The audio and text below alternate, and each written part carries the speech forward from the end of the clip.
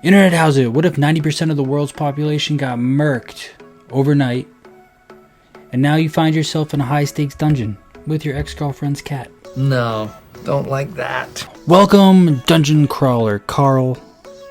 If you're like me, you've probably been seeing this book everywhere, and you're probably getting kind of tired of it. I'm tired, boss. But now you're also going to hear one more person talk about it. But while I do so, I'm going to draw your two favorite characters. So aliens have now decided to make Earth their new playground, and it's going to host an intergalactic game show. This book is a lit RPG, for those that don't know. Lit RPG is literature role-playing game. This is actually my third book in this genre. Awaken Online and Ready Player One were kind of my introduction to this RPG literature. But those are both alternate reality types.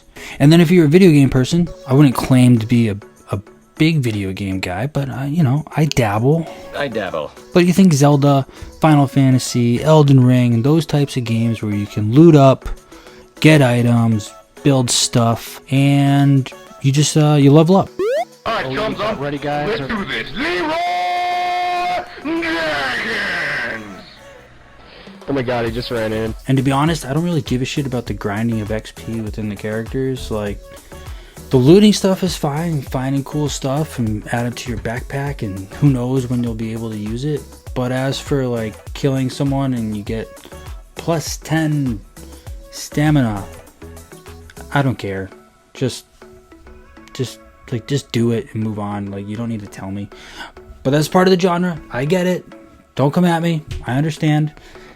I just don't like it. Anyway, enter Carl. Carl is a regular guy who's been forced to navigate a deadly labyrinth full of monsters, traps, and bizarre rules, all while keeping his cat alive. And not just any cat.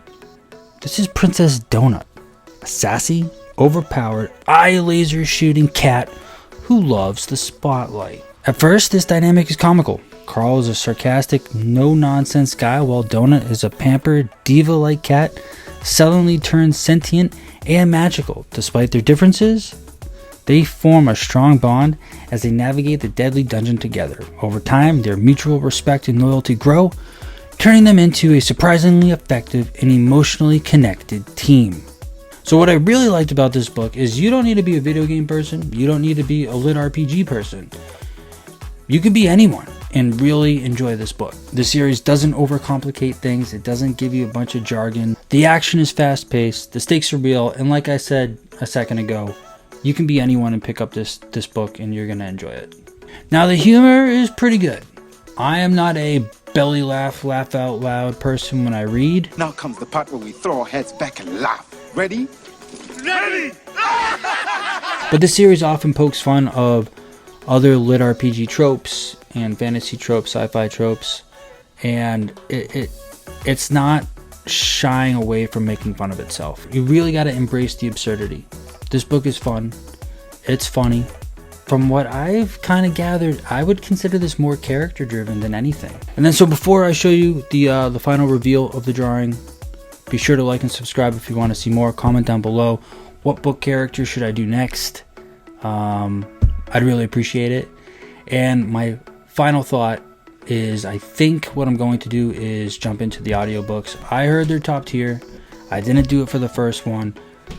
Maybe that'll make my experience that much better. I did enjoy it, but from what I've heard, audiobook is the way to go for this. So, I'll sprinkle that in from time to time.